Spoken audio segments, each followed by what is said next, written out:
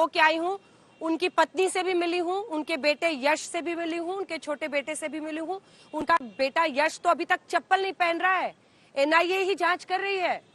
इसीलिए शलभ मणि जी आपसे विनती करती हूँ, उसने बाल नहीं कटाए हैं अपने, उसने चप्पल नहीं पहना है जिस उस दिन से अभी तक उन्होंने अस्थियां विसर्जित नहीं की है। मैं यश से मिल के आई हूँ बड़े बेटे से, जब मैं गई थी वहां पर, तो वो यही कह रहे हैं उदयपुर में। मैं तो सुप्रीम टेलर्स, उस टेलर की दुकान पर भी गई जहां पर कन्हैया लाल जी को की हत्या की गई थी। आपको पता है कितनी दहशत है वो वहां पर, कोई अब बात करने को तैयार नहीं, अगल बगल उस पूरी दुकान को सील कर दिया गया है। मैं तो होकर आ गई हूँ, लेकिन इंसाफ तो चाहिए ना। वो कह रहे हैं 17 महीने हो गए हैं, हम अस्थियां विसर्जित नहीं करेंगे, फांसी जिस दिन लगेगी उन लोगों को उसी दिन करेंगे। इस देश में लोग न्याय की उम्मीद कैसे करें सर, कुछ समझ ही नहीं आता है। मतलब आप सोचिए कि जिस निर्भया को हमने सबसे बड़ा देश के एक प्रतीक के तौर पर महिलाओं के खिलाफ अपराध में बनाया, उसमें कितने बरस लग गए, और ये देश फास्ट ट्रैक कोर्ट की बात करता है। उन्होंने बाल ही नहीं लंबे किए, चप्पल भी नहीं पहने। पूरा कीजिए अपनी जवाब दे दो। चप्पल भी नहीं पहना सर उसने उस दिन से। अंजना जी, कृष्णानंद राय जी की जो विधवा थी, उन्होंने भी अपना ऐसा ही हाल कर रखा था। उन्होंने भी कहा था, समाजवादी पार्टी की सरकार में हत्या हुई थी, अगर आपको याद हो तो, और अलका राय जी से मिलिएगा, उनसे पूछिएगा कि उनकी सुरक्षा हटा ली गई, किस प्रकार से मुख्तार अंसारी के खिलाफ एक से एक मुकदमे वापस कर दिए गए, लेकिन इंसाफ मिला ना। भारतीय जनता पार्टी की सरकार में, मोदी जी के नेतृत्व में, योगी जी की सरकार में ऐसा इंसाफ हुआ कि अब मुख्तार अंसारी, जो कि दहशत फैलाता घूमता था, व्हील चेयर पे आके बैठ गया। आप राजस्थान में भी देखिए, और इसीलिए कह रहे हैं कि भारतीय जनता पार्टी की सरकार, आप 2 मिनट चुप रहिए। आपने आतंकवादियों के मुकदमे वापस लिए और गहलोत जी ने आतंकवादियों को छोड़ा। दोनों की रिश्तेदारी देखिए, बीच में मत टोकिए, अंशुल जी आ रही हूँ। देखिए मैं भी तीसरी जगह हूँ, आवाज नीचे कर दीजिए सबकी। शलभ मणि जी पूरी कीजिए अपनी बात, पूरी कीजिए। मैं आ रही हूँ, तुरंत आ रही हूँ। Anurag ji please please. अंशुल जी, समाजवादी पार्टी, नहीं मैंने कहाँ बोला, मैं तो समाजवादी पार्टी की सरकार, जी समाजवादी पार्टी की सरकार आतंकवादियों के मुकदमे वापस लेती है। अंजना जी आपको याद है ना, और खूंखार आतंकवादी जिन्होंने सीरियल धमाके किए, और कांग्रेस की गहलोत सरकार राजस्थान के भीतर आतंकवादियों को रिहा करती है। यही रिश्ता है, लेकिन हम कहते हैं कि हम इस रिश्ते को छोड़ेंगे नहीं। ये निश्चित तौर पे कार्रवाई होगी, कन्हैया लाल जी को भी इंसाफ मिलेगा, और जयपुर के जो सीरियल धमाके हुए थे, उन्होंने जो घटना में जो रहे शामिल है, उनको ऐसी सजा मिलेगी कि आप देखिएगा, नजीर बनेगी। जिस प्रकार से उत्तर प्रदेश में लोग कह रहे हैं उत्तर प्रदेश में कार्रवाई होगी, तो अंशुल जी आपके पास आते हुए फिर अनुराग जी आ रही हूँ। ठीक है अंशुल जी, मैं चूंकि तीसरी जगह हूँ, मैं देख नहीं पाई थी, मुझे लगा आपने भी बीच में बोला था। बहुत अच्छी आदत होती है जो अपनी बारी का इंतजार करते हैं, क्योंकि फिर दर्शक भी ठीक से सुन पाते हैं। अंशुल जी, मेरा प्रश्न आपसे पुनः वही है, चाहे वो ये इंसिडेंट रहा हो जिसमें जयपुर में सीरियल धमाके हुए थे, अगर सारे आरोपी बरी ही हो गए, मतलब मैं समझ गया आपकी बात, उसका जवाब दीजिए। और दूसरा महिलाओं की सुरक्षा, ये भी लॉ एंड ऑर्डर से जुड़ा हुआ सवाल है। और मैं मौजूद हूँ अभी कोटा में, शांतिलाल धारीवाल के ही इलाके में मौजूद हूँ। ये वही मंत्री हैं आपके जिन्होंने कहा कि ये मर्दों का प्रदेश है, इसलिए यहाँ पर मैं भी कोटा में ही हूँ अंजना जी, मैं भी कोटा में। नहीं ऐसी देखिए, एक तो सबसे बात, ये जो गलतफहमियां फैली है ना, कि यहाँ पर देखिए, हम कांग्रेस पार्टी सब मजहबों का एहतराम करती है, और जिन्होंने अन्याय किया है, जो आतंकवादी हैं, उनको कड़ी से कड़ी सजा मिलनी चाहिए। ये सरकार सुदृढ़ है, मजबूत है, वो हुक्मरानी जानती है। और ये बेबुनियाद जो आरोप बार बार लगा जा रहे हैं, सियासत में लेके आ रहे हैं, क्योंकि उनके पास कोई मुद्दा नहीं। मेरे भाजपा के माननीय जो तर्जुमान है, वो आखिर में बोला तो कि मुद्दे की बात क्यों नहीं करते। आप मुद्दे की बात करिए, ये भी मुद्दे की बात है। आप चाहे तो इसको यही बात करिए, आप फिर बेरोजगारी की बात मत करिए। जो बिल्कुल जो जरूरतमंद है, जो वंचित है, जिनको सहायता की जरूरत है, उनकी बात मत करिए, उनमें सब लोग आते हैं। हम उनकी बात कर रहे हैं, लेकिन जो आरोप है ये बेबुनियाद है अंजना जी। यहाँ पर सरकार पूरी तरह समर्पित है सुरक्षा में, महिला की सुरक्षा में। यहाँ पर ये जो बार बार तुष्टीकरण, शांति धारीवाल ने सही कहा, शांति धारीवाल ने सही कहा जी। मैं ये कह रहा हूं कि जो भी यहाँ पर मुद्दे हैं,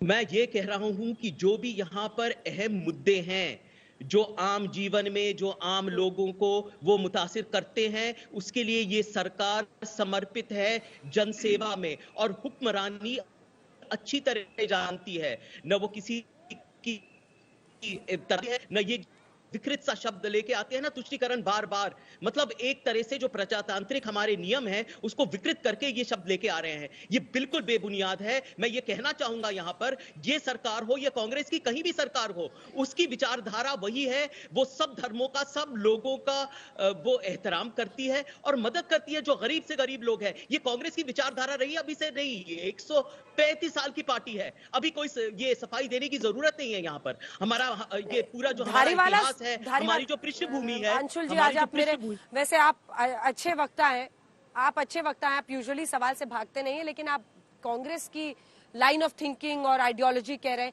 ये धारीवाल लाइन ऑफ आइडियोलॉजी पर आप कुछ बोल ही नहीं रहे कि मर्दों का प्रदेश है।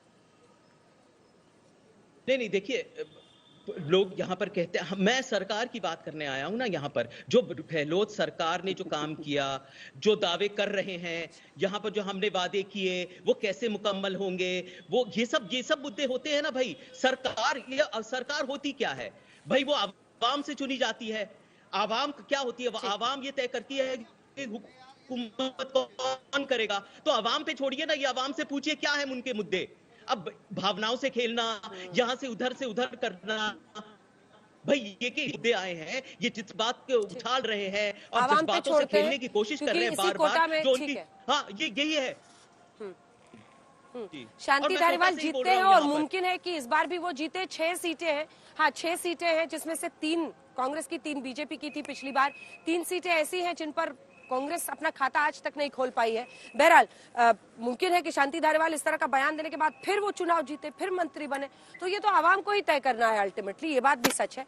लेकिन अनुराग जी कई मुद्दों पर उन्होंने घेरा है और सवाल अब ये उठ रहा है कि इनकी मजबूत पिच ये है, जब ये कन्हैया लाल की बात करते हैं तो फिर ये, चाहे जयपुर धमाके, आपको नहीं लगता है कि पता चलना चाहिए जयपुर के धमाके किसने किए? सब बरी हो गए तो इनकी पुलिस, इनका प्रशासन कर क्या रहा है? तो सरकार क्या कर रही थी भाई? केंद्र में भी तो इनकी सरकार है। एनआईए क्या करता है भाई? बॉर्डर फोर्स क्या करती है? किस लिए है बॉर्डर फोर्स? क्या उसकी जिम्मेदारी इनकी नहीं होती? ये सब जिम्मेदारी से भागना चाहेंगे। जहाँ इनकी सरकार होती है वहाँ जिम्मेदारी नहीं उठाते, जहाँ इनकी सरकार नहीं है वहाँ भी जिम्मेदारी नहीं लेना चाहते। एक मिनट सुनिए, नहीं बॉर्डर पर जो अभी बता रहे थे, पाकिस्तान की बात कर रहे थे, समझा दीजिए, समझाइए। नहीं पहले रुकिए, आवाज नीचे कीजिए एक सेकंड। अनुराग जी पहले समझाइए, एक सेकंड अनुराग जी पहले समझाइएगा ना, आप इतने ज्ञानी हैं तो आपसे सीख के कुछ जाएंगे ना। आज जयपुर में हुए दुकान में, पता नहीं उस मार्केट में आप गए हैं नहीं गए हैं, उस मार्केट में जो दुकानें हैं एक से लगी एक है, सब एक रंग में पेंटेड है। जयपुर शहर में हुए धमाके के लिए बॉर्डर पुलिस जिम्मेदार है, बॉर्डर फोर्स। अब दिक्कत ये है कि कौवा कान लेके भाग गया। मैं कह रहा हूँ कि पाकिस्तान की बात इन्होंने सबसे पहले की थी, तो मैंने कहा बॉर्डर फोर्स किसके अंडर में आती है? जो पाकिस्तान की बात करते हो कि पाकिस्तान से आतंकी आ जाते हैं, तो आप क्या करते रहते हैं भाई? आपकी कोई जिम्मेदारी नहीं होती। दूसरी बात, आपने बेटियों की बात कही, बार बार पूछ रहे थे, धारीवाल की बात कर रहे थे। बेटियों के बारे में तो भारतीय जनता पार्टी से ना ही बात कीजिए तो ज्यादा अच्छा है। इनके पार्लियामेंट के सामने ही बेटियां कैसे बिलखती रही, हमारी पहलवान बेटियां की न्याय मांगने के लिए रोती रही, तड़पती रही, उनको रोडों पे घसीटा गया। और भारतीय जनता पार्टी जब बेटियों की बात करती है तो कलेजा चीर जाता है। इनसे बात करेंगे बेटियों को, मणिपुर की बेटियों के साथ क्या हुआ था, ये इनके नेता कोई बोले उसके ऊपर में, या पहलवान बेटियों पे बोले? आप पूछिए, अंकिता कांड पे बोले थे कुछ? क्या ये कभी नहीं बोलते बेटियों के बारे में। ये बेटियों के बारे में इनकी आवाज तक नहीं निकलती है और ये उसके ऊपर चुप्पी साध जाते हैं। सोचो आप, देश के पार्लियामेंट के सामने ये महिलाओं का सम्मान क्या करेंगे? महिलाओं के बारे में इनसे बात मत कीजिए। दूसरी बात, यहाँ आतंकियों की बात कर रहे थे, इनसे पूछिए कांधार लेके कौन गया था? मैं तो आपसे भी नहीं करना चाहती, किसको छोड़ने गया था? बीजेपी से करना चाहती, ना कांग्रेस से, ना आपसे, क्योंकि लड़के हैं, लड़कों से गलती हो जाती है वाली पार्टी तो आप ही हैं। मेरी बात सुनिए, मैं बात खुद हो जाए। मैंने कहा कि कांधार कौन छोड़ने गया था? अजय मैन को कौन छोड़ने गया था? काजू खिलाते एक आतंकी को उसके घर तक छोड़ के आने वाली लोग हैं भारतीय जनता पार्टी।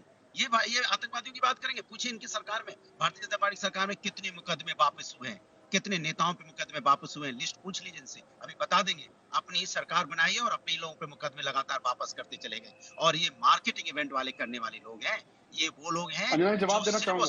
ये माहौल बनाना चाहते हैं इस देश के अंदर आ रही हूँ, में कि देश के पूरा कर असली लेंगे। मुद्दों पे चर्चा ना हाँ। हो जाए, देश में बिलखती हुई माँ की बात ना हो जाए कि उसका बेटा बेरोजगार क्यों, उस पे बात ना हो जाए, इसलिए मुद्दों को भटकाते हैं। ये चर्चा ना हो जाए कि महंगाई से लोगों के घर में चूल्हा नहीं जलते, उस पे बात ना हो जाए, इसलिए हमारे आपके मुद्दे भटकाते हैं। ये चर्चा ना हो जाए कि महिलाओं पे अत्याचार बढ़ा है, उनके आंसू कैसे पहुंचने की बजाय ये मुद्दों को डाइवर्ट कर देते हैं। किसान तड़प रहा है, परेशान होता है, उस पे बात ना हो जाए, इसलिए पाकिस्तान ले आए। महंगाई और बेरोजगारी पर चर्चा ना हो, इसीलिए आप राम मंदिर, मुस्लिमों का तुष्टीकरण करते हैं, ये तमाम बातें लेकर आते हैं। अब जवाब दीजिए।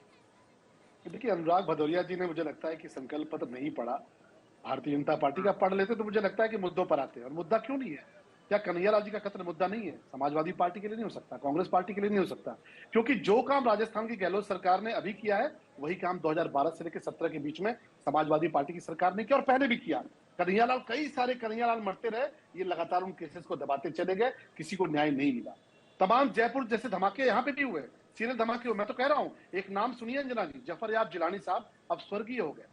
जफर याब जिलानी साहब को समाजवादी पार्टी की सरकार सिर्फ इस बात की तनख्वाह देती थी कि बाबरी एक्शन कमेटी का मुकदमा लड़ते रहिए। पूछिए, अनुराग भदौरिया सामने बैठे हैं कि उनको बाकायदे दर्जा प्राप्त था, उनको लाल बत्ती दे रखे थे, उनको सरकारी वकील में सबसे बड़ा ओहदा दे रखे थे। किस बात का? कि बाबरी का मुकदमा लड़ो, बाबरी एक्शन कमेटी की तरफ से, राम मंदिर के खिलाफ, भगवान राम के खिलाफ। आज जब भगवान राम के मंदिर की बात होती है तो तत्काल जवाब ले लें उनसे, कूद के चले आते। अनुराग जी, बिल्कुल पूछिए, जवाब दे पूछिए जफर याब जिलानी। देखिए मैंने हाँ, इसका इनसे जवाब सवाल दीजिए। पूछा।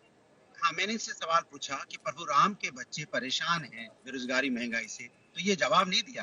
प्रभु राम के जफर बच्चे याब जिलानी पे कोई जवाब नहीं है क्या आपके पास? सुनिए ना सर, तो मैं बोल तो रहा हूँ आपसे, जफर प्रभु याब राम जिलानी के पे बच्चों की क्यों, बात, वो सवाल है। अरे आप ये, अरे मैं जफर सवाल याब बोल जिलानी रहा पे भी हूँ, तो ये जवाब प्रभु दीजिए ना राम के अनुराग। बच्चों की, सुन तो लीजिए, प्रभु राम के बच्चों की बात नहीं करेंगे, ये लक्ष्मी रूपी हमारी बेटियों की बात नहीं अच्छा, करेंगे, मतलब जो अपने आपने उनको अधिकार के सरकारी लिए गाड़ी दिवाली दे के रखी दिन भी थी, घर में, वेतन दे रहे सुन थे तो कि वो लीजिए, लड़ते रहे राम बात मंदिर, कहने दीजिए। राम मंदिर बनने के खिलाफ। ये ठीक अरे मैं तो कह रहा हूँ, ये ठीक है। प्रभु राम के बच्चों की बात आप नहीं करेंगे, हमारी बेटी रूपी लक्ष्मियों की बात नहीं करेंगे, क्योंकि इनको वो मुद्दा सूट नहीं करता है, क्योंकि किसी को रोजगार मिल जाए वो मुद्दा इनको सूट नहीं करता है, घर की कोई लक्ष्मी अपने ठीक है, पैरों पे खड़ी हो जाए ठीक है। ये मुद्दा इनको सूट नहीं करता है। महंगाई के किसी मुद्दे को पे तो आप किसी घिरते ही है ना शलभ मणि जी। हो गया मुझे, मैं समझ गई, हो गया।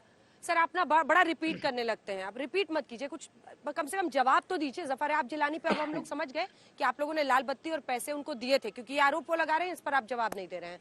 अब शलभ मणि जी आइए, महंगाई का मुद्दा आता है तो टमाटर प्याज की कीमतें, सिलेंडर की कीमतें, ये ऐसे मुद्दे हैं जिस पर आप घिर जाते हैं चारों तरफ से। आपके नहीं, पास कोई अंजना जी, तरीका नहीं होता है बचाव करने का, इसीलिए आपकी पूरी अंजना जी, कोशिश होती है मंदिर पर बात करो, कन्हैया लाल पर बात करो, कीमतों पर बात मत अंजना करो, जी, अंजना जी, बात मत करो संकल्प पत्र में रोजगार कहा, जी। अंजना जी, संकल्प पत्र में 2.5 लाख नौकरियों की बात की है। संकल्प पत्र में गैस सिलेंडर सस्ता देने की बात की है। संकल्प पत्र में बहनों को स्कूटी देने की बात की है। और रही बात, अभी आप देखिए ना, दीपावली में बहुत सारी स्टोरी आपने भी देखी होगी, हमने भी देखी। मैं देवरिया को रिप्रेजेंट करता हूँ, 200 करोड़ का कारोबार देवरिया में हुआ। ये जो आर्थिक उन्नति है, आप जरा आसपास के देशों को देखिए, मैं यही कह रहा हूँ, आसपास के देशों को देखिए। अभी मैं फिर कहूंगा तो आप कहेंगे पाकिस्तान में आटे की कीमत क्या है, पाकिस्तान में गेहूं की कीमत क्या है, इधर आप श्रीलंका की हालत देख लीजिए, आप अमेरिका की हालत देख लीजिए, आप दुनिया के बीच में टोकियो मत। देखिए, ऐसे बात नहीं हो पाएगी। आप भी बाहर से बैठे हैं, हम भी बाहर से बैठे हैं, सच सुन नहीं पाते तो आप चिल्लाने लगते हैं। सच नहीं, अंजना जी, इनको रोकिए। आप जब सच सुन नहीं पाते तो हरा कुर्ता ओढ़ के चिल्लाना शुरू करते, चिल्लाइए मत, वरना मैं भी आपको बोलने नहीं दूंगा। मैं तो अंजना जी कह रहा हूं कि दुनिया के तमाम देशों को देखिए, और दुनिया के तमाम देशों में कोविड के बाद किस प्रकार की स्थिति है उसको देखिए, और भारत को देखिए। प्रधानमंत्री श्री नरेंद्र मोदी जी के नेतृत्व में देखिए कि आज दुनिया में महाशक्ति के तौर पर स्थापित हुआ है, और लोगों को पता है कि ठीक है, कहीं थोड़ी महंगी चीजें हो सकती है, पर उसका कारण क्या है? उसका कारण कभी मौसम हो सकता है, कभी अंतर्राष्ट्रीय बाजार हो सकता है, लेकिन 200 करोड़ की खरीदारी देवरिया में होना, और दिल्ली बंबई के बारे में क्या बोलूं मैंने भी पढ़ी रिपोर्ट। आप देखिए लोग किस प्रकार से पूरी आर्थिक व्यवस्था में आज प्रधानमंत्री जी के साथ खड़े हैं और इस देश की तरक्की में हिस्सा ले रहे हैं। लेकिन जो लोग जिन्होंने कुछ नहीं किया, जिन्होंने सिर्फ तुष्टीकरण किया, आज ये कहते हैं ना मुकदमे वापस लेना है। जो मुजफ्फरनगर दंगे किसकी सरकार में हुए थे, जरा जिसे पूछ के दिखाइए। और मुजफ्फरनगर दंगों में चुन चुनकर जाट समाज के लोगों को मुकदमों में फंसाया गया और एक वर्ग विशेष के मुकदमे वापस लिए गए। क्यों किए गए? तो इस प्रकार की जो तुष्टीकरण की राजनीति करते हैं उनको गहलोत जी की सरकार समझ में आएगी, और जिनको कन्हैया लाल जी की हत्या का दर्द है, जिनको जयपुर धमाकों का दर्द है, जिनको जयपुर धमाकों में आतंकवादियों के रिहा होने, बरी होने का दर्द है, वो भारतीय जनता पार्टी के साथ डटकर खड़े हैं। और इसीलिए ये आतंकवादियों के जो पैरोकार हैं वो रिश्तेदारी करके भाजपा का रथ रोकना चाहते हैं, लेकिन राजस्थान की महान जनता जवाब देगी, और ऐसा जवाब देगी कि आप देखिएगा रिकॉर्ड बनेगी। ठीक है, ठीक है।